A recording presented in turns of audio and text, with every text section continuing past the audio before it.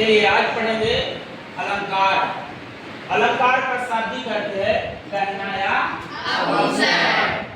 पिछले कक्षाओं में हमने पढ़ा था कि काव्य की शोभा बढ़ाने वाले कारक या तत्व को अलंकार कहते हैं। यह कितने प्रकार का होता है? तीनों प्रकार का हमने पढ़ चुके हैं। शब्द अलंकार, अर्थ अलंकार और अलंकार। बहुत से नाम से ही फेमस है, इसके जान सकते हो। यहाँ शब्द से काव्य की शोभा बढ़ती है उसको शब्द अलंकार कहते हैं।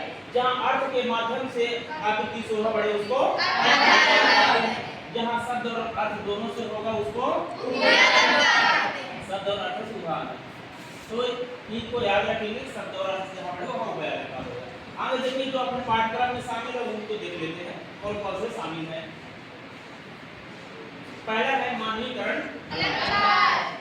अब यहाँ उदाहरण कक्षाओं में भी था, पढ़े हो तुम लोग। जहाँ मानव के अतिरिक्त, ठीक है, मानव से तुलना करके जहाँ प्रस्तुत करेंगे वही है। एक लाइन की परिभाषा भी आप लिख सकते हैं, जहाँ प्राकृतिक चीजों का जीव पदार्थों का मानव के समान तुलना करके प्रस्तुत है तो मानवीकरण है। यह परिभाषा एक सटीक परिभाषा जिसमें दो पूरे नंबर आपको आएंगे। उदाहरण संहिता का लिखते हैं तो जहाँ मानव के अतिरिक्त प्रकृति, पशु पक्षी, निर्जीव पदार्थों में मानवीय गुणों का समावेश करके मानव के समान प्रस्तुत किया जाता है वह मानवीकरण अलंकार होता है। उदाहरण यहाँ लिखा है जहाँ जटिल वनस्पतियां अलसाई मुक्त होती से। बादल वाला पाठ कक्षाओं में पढ़े थे, जहाँ आपको मेघ आए बने थे। उसमें मैं बताया था कि घगरा उठा के धूल चली या कि किमाड़े पे लता किमाड़े की ओर से झांक रही थी, हर्ष आया काल लाया पानी पड़ा था। तो ऐसा होता कुछ भी नहीं है, लेकिन मानव से तुलना करके प्रस्तुत किया जाता है। तो वहाँ क्या होता है? मानवीकरण। तो यहाँ वनस्पतियां क्या है? अलसाई सो रही थी, ऐसा लग रहा है कि शीतल जल से मुंह को धो रही है। बनेगा ये? आगे देखिए और अपने पाठ्यक्रम में पुनरुक्ति प्रकाश, पुनरुक्ति, पुनः बार बार आना, पुनरावृत्ति प्रश्नावली आप लोग पढ़ते होंगे, रिपीट करके पढ़ना। यह जब एक ही शब्द का समान अर्थ में एक से अधिक बार प्रयोग करेंगे, एक से अधिक बार, जैसे धीरे धीरे, बार बार, पुनी पुनी, तो समान अर्थ होना चाहिए। मतलब धीरे धीरे दो बार आए तो उसका अर्थ समान निकले, अलग न हो। जबकि यमक अलंकार में अपन पढ़े थे कि कनक कनक दो बार आ गया तो उसका अर्थ बदल जाता था, लेकिन पुनरुक्ति प्रकाश में समान अर्थ ही रहेगा।